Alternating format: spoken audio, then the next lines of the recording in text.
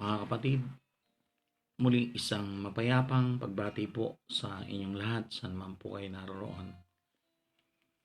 Sampu ng inyong sambahayan, sumainyo nawa ang patnubay ng Diyos.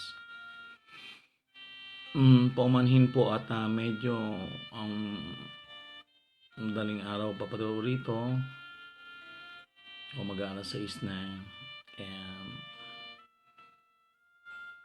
Pero ganun pa man po, salamat sa Diyos at patuloy niyang pinahihintulot at niluloob na magkasalo-salo tayo sa mga pagkain o sa mga salita niya na nagbibigay buhay sa ating lahat. Sa mga sandaling ito ay ang pagsasaluhan po natin ay ang Ebanghelyo o ang salita ng ating Panginoon na hango sa Ebanghelyo ni San Mateo, talata 11 hanggang kabanata 11, talata 23 hanggang 30. Ano po? Babasahin ko na po mga kapatid, at kung meron po kayong mga banal na kasulatan sa inyong tabi ay mas maganda rin pong basahin nyo at sama-sama natin pagnilayan at hilingin natin sa ating pong may kapal sa pamamagitan ng banal na Espiritu Santo ay maunawaan natin ang lubusan. Ano po? Lumapit kayo sa akin, kayong lahat na napapagal at nabibigatan sa inyong pasanin, at kayo'y pagpapahingahin ko. Pasanin ninyo ang aking pamatok at mag-aral kayo sa akin. Ako'y maamo at mababang loob, at makasusumpong kayo ng kapahingahan para sa inyong kaluluwa, sapagkat maginhawang dalhin ang aking pamatok at magaan ang pasaning ibibigay ko sa inyo. Mga kapatid, ito po ang salita ng ating Panginoong Hesukristo na nagbibigay buhay na walang hanggan at pag-asa sa ating lahat.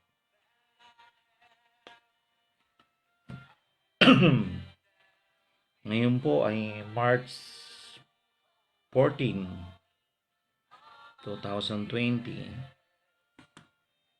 Diyan po sa atin po sa Pilipinas ay ahead po kayo ng 7 oras yata o 7 oras yata kung di po ako nagkakamali. Ano po, dahil magbabawas na naman po sa darating na magbabago ng panahon.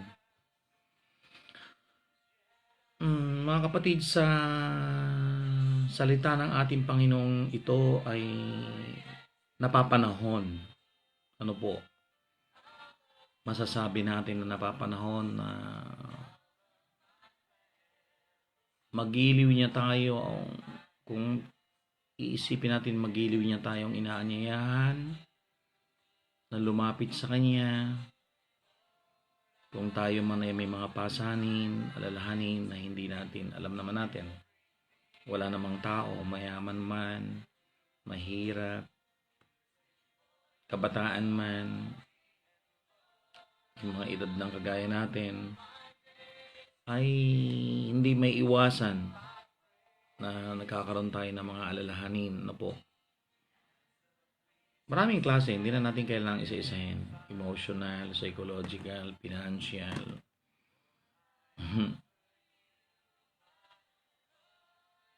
At marami pang iba. Kayo na po magduktong sa inyong mga sarili. Ano po? Mga kapatid,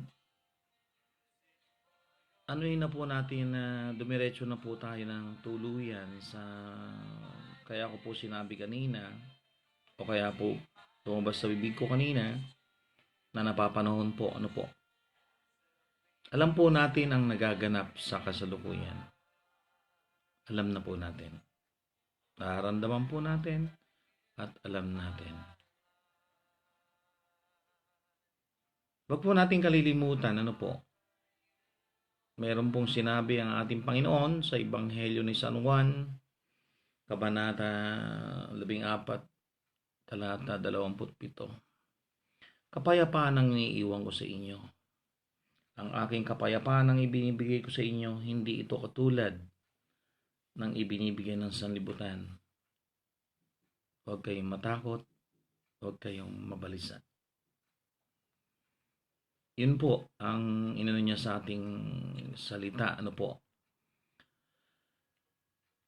Well, hindi ko na po kailangang i-specify o isabihin pa kung ano yung problem, kung ano yung pinagdaraanan natin ngayon o yung nagiging sanhi ng ating alalahanin sa mga sandaling ito. Lalo na po dyan sa atin sa Pilipinas at hindi lang po sa Pilipinas, kundi sa bawat panig ng mundo ay nagdaranas po ng isang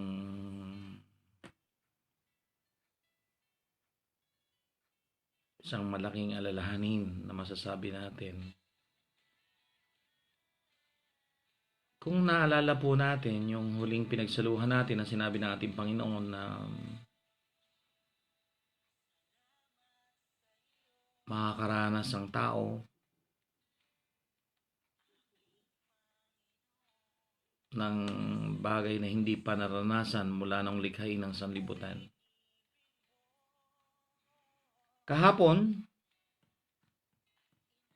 napunta po ako sa pamilihan at merong para bumili ng mga kailangan, ano po. And at the same time, nagmamasid po si Brother Joseph. Maaaring ganoon din po nangyari sa inyo.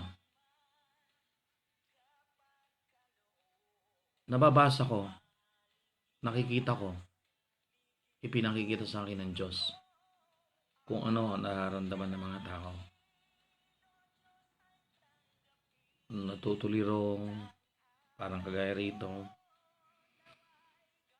nag-aalala, may halong takot. Ano po?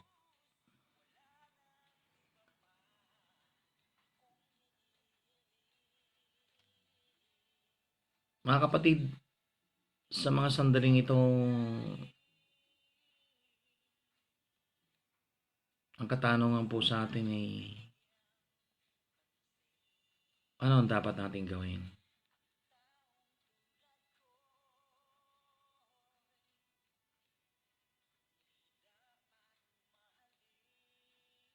Ano ang dapat natin gawin? Ito po, maliwanag yung sinasabi niya sa atin. Lumapit kayo sa akin, kayong lahat na napapagalat na bibigatan sa inyong pasanin. At kayo'y pagpapahingahin ko. Lahat po tayo. Magiliw, may pagmamahal na tayong inaanyayahan upang lumapit sa Kanya ng lubusan. Magbalik loob. Tanggapin natin siya. Tulad din po ng sinasabi niya sa Aklat ng Pahayag. Nakatayo ako sa labas ng iyong pintuan. Kung ako'y iyong pagbubuksan, papasok ako sa iyong tahanan at magkasama tayong kakain sa iyong hapagkainan. Magtatagumpay ay kasama kong uupo sa tabi ng aking amang nasa langit. Sa panahong ito mga kapatid, okay, dumiretso na po tayo. Kailangan ba natin matakot? Bilang tao, well, honestly, hindi po maiiwasan. Kailangan ba natin mabahala? Kagaya na sinasabi niya rito, huwag kayo nang matakot, huwag kayo mabalisa sa John 14:27. Pero hindi po natin maiwasan, ano po, bilang tao.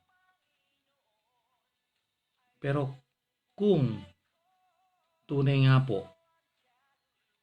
na ang Panginoong Hesukristo ang siyang sumasa atin,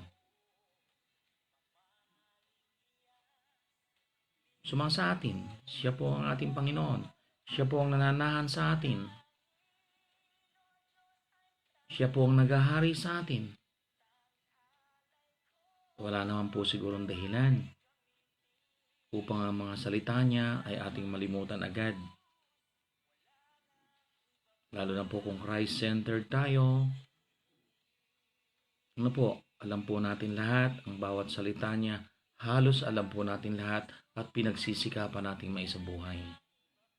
Kaya nga sinasabi niya rin at patuloy na pinapaalala sa atin, ang manatiling tapat hanggang wakas ang siyang maliligtas. Pinagpauna niya na po lahat sa atin ng mga bagay na yan, noon pa man. Pero sa pagkakataong to, kakaiba po. Uulitin ko po,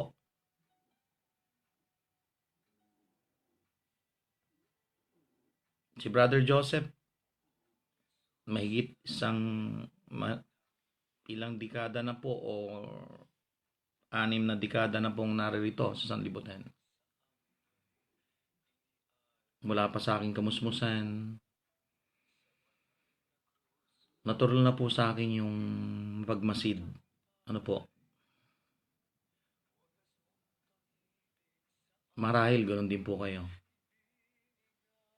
Maraming mga katanungan sa akin, pero salamat sa Diyos. Sa paglipas ng panahon, undi-undi niyang sinasagot. Kung bakit ang tao kinakailangan magkasakit, kailangan mamatay, o bawian ng hiram na buhay. Hanggang sa paglipas ng panahon, unti-unti niyang ipinaliliwanag at ipinakikita sa akin. Salamat sa Diyos at marahil ganoon din po sa inyo. Karamdaman, lahat naman po yan sinagot, di po ba? Sa inyo, kayo mismo makapagpapatotoo kung paano kumikilos ang ating Panginoon sa atin, ang ating Panginoon Diyos. Mga salita niya, ang naghahanap ay makakasumpong. Ang humihingi ay makakatanggap. Ang kumakatok ay pagbubuksan. Wala pong nagbabago doon. Mabisa po yun, tunay po lahat. Kaya sa mga sandaling ito, yung paanyaya sa ating ito na patuloy tayong lumapit sa Kanya. Lumapit tayo mismo sa panahon ito. Siya po ang kailangan natin, wala ng iba.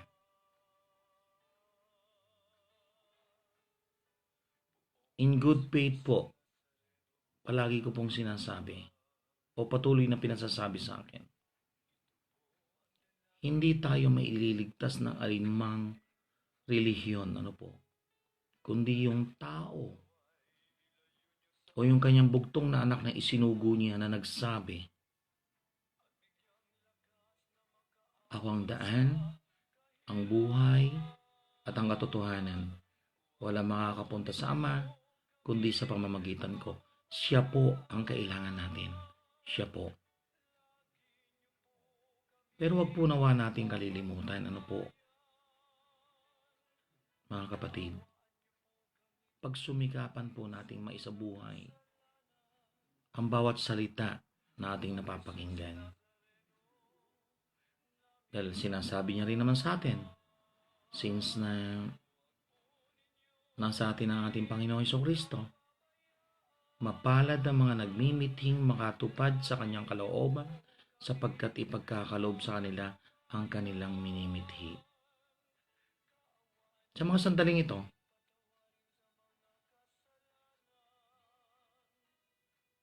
ayon sa ating pananampalataya sa ating Panginoong Jesucristo, anumang uri ng karamdaman, alalahanin o pasanin, tayo na po makakaramdam. Kung paano niya nilulunasan o lulunasan ang mga ito, mararamdaman natin. Kung paano niya pagagaanin ang ating mga alalahanin o ating mga pasanin. Sa pamamagitan din po ito, sa pamamagitan ng pananalig natin sa Kanya. Marami pong tagpo. Kaya nga po nung pagdating ng ating Panginoong Jesucristo, nasagot ang lahat. Kamatayan, doon na po sa pinakaano, Kaya po naniniwala tayo na may buhay na walang hanggan, binuhay ang patay, nakarinig ang bingi, nakapagsalita ang pipi at utal, at nakakita ang bulag. Hilingin natin sa Panginoon Diyos na ang ating mga paningin makita natin at mamula tayo sa katotohanan at maunawaan natin kung ano talaga ang dapat nating gawin sa mga sandaling ito. Worldwide na po, buong sanlibutan na po. Hindi po nakaugalian ni Brother Joseph na magbanggit ng ano man. Nanonood lang ako, tinitingnan ko lang kumisan. Natutuwa ako, may mga panoorin na nakapagbibigay ng motivation or aral. Lalo na yung may nagsabi na hindi man daw siya religyoso.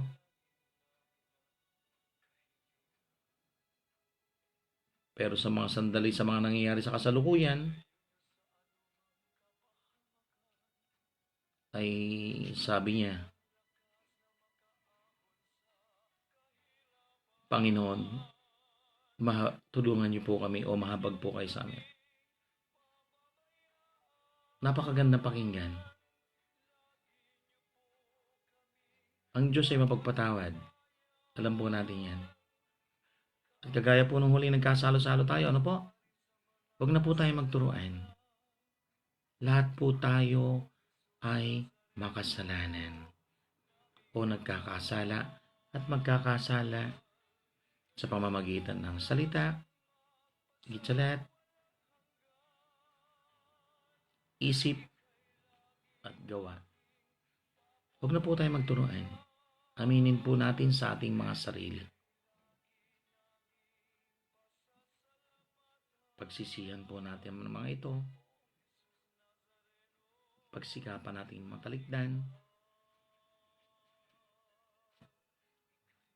Yan po ay magagawa natin sa pamamagitan po ng ating Panginoong Jesucristo. Hindi ko na po kailangan basahin pa o sabihin kung saan mababasa yon. Ano po?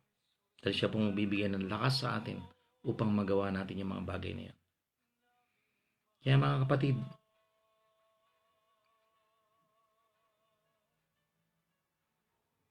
minsan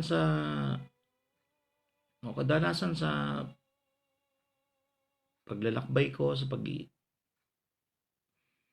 pagpunta ko kung saan sa pag-iisa ko, hindi ko maiwasang isipin ano po.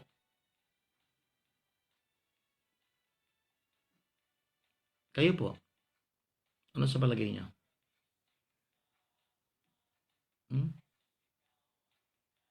Ano yung nangyayari sa kasalukuyan? Isang mensahe para sa ating lahat. Wake up call. Ginigising po tayo. Ginigising po tayong lahat.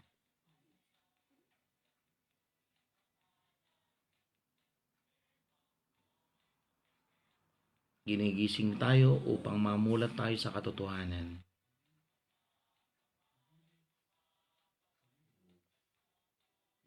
Remember? Tawandaan ang buhay at ang katotohanan para makilala natin siya ng lubusan. Ano po? Mga kapatid, nakaugalian po ni Brother Joseph na hindi na po ako magpakahaba-haba pa ng pananalita. Lagi ko pong isinasamot, dinadalangin sa Kanya. Nanawa sa bawat pagbabahagi ko, sa pamamagitan man ng pagsusulat, ay gabayan niya ako upang ang kalooban niya ang siyang maibahagi, maihayag, at maiparating sa kapwa ko o sa ating lahat. Kaya mga kapatid, sa mga nangyayari sa ngayon, uulitin ko po, ano po, para po sa ating kapakanan, huwag po tayong mabalisa, huwag po tayong matakot. sapagkat napagtagumpayan na po ng ating Panginoong Jesucristo ang sanlibutan. At tayo, bilang tagasunod niya,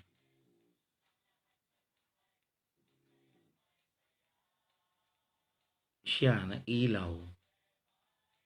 At tayo, sa pagsunod natin sa Kanya, ay magkakaroon din tayo ng ilaw at hindi tayo lalakad sa kadiliman. Ano po?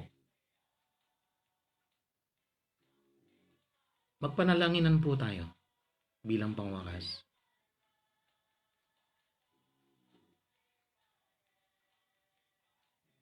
Ipanalangin natin ang bawat isa. Alisin na po natin lahat yung mga, alam niyo na po, sa pag-aaral natin. At sa sinasabi niya po rito, ano po?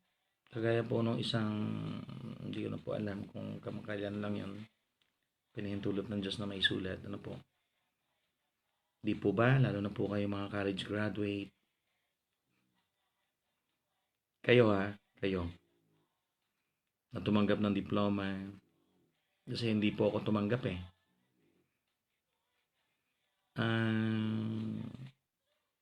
Di po ba may araw ng pag-aaral?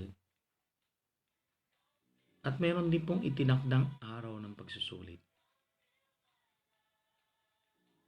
Ganun din po yan. Kapag nag-aaral tayo, nakikinig tayo, inaalala natin yung ating napakinggan, isinasa puso't isipan natin, ini-exercise natin o isinasabuhay natin.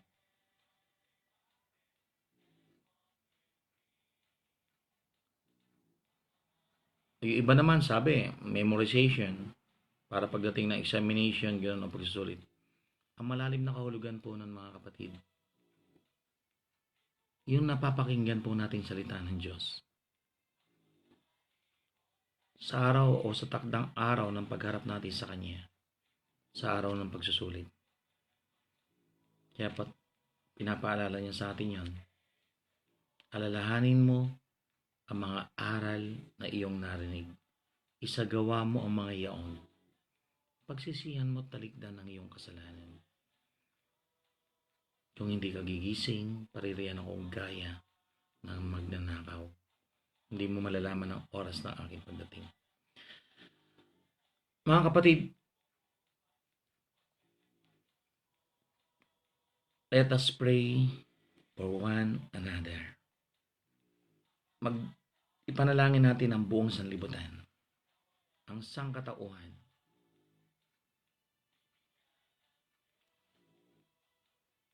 Noong una, sa kasamaan ng tao, nilipol niya ang sangkatauhan sa pamamagitan ng baha. Ito po ang katanungan sa atin yan. Sa katapusan yan, ng sinasabing katapusan or end of times, sa katapusan ng panahon, sa paanong paraan? Nangyayari na ba? Mangyayari pa lang? Nagaganap na ba? O magaganap pa lang? Kaya mga kapatid, bilang panghuli po, nawa manatili sa ating puso't isipan, maghari sa atin, sa ating sambahayan ng ating Panginoon Jesucristo. At manatili po tayong tapat, pagsikapan po natin. At makaaasa po tayo ng kaligtasan. Mga kapatid, hanggang sa muli po at nawa sa simpleng mensahe po na ipinarating sa atin ng ating Panginoon Jesucristo sa pamamagitan ni Brother Joseph na nagsisilbi lamang pong isang instrumento o isang kasangkapan o parang isang patuloy na nagpapagamit. Nawa sa takdang panahon ng pagharap natin sa Kanya, may mga ngiti sa ating labi. Samot dalangin ni Brother Joseph na sumayin yung lahat, sampu ng inyong mga mahal sa buhay, ang pag-ibig ng Diyos. Amen.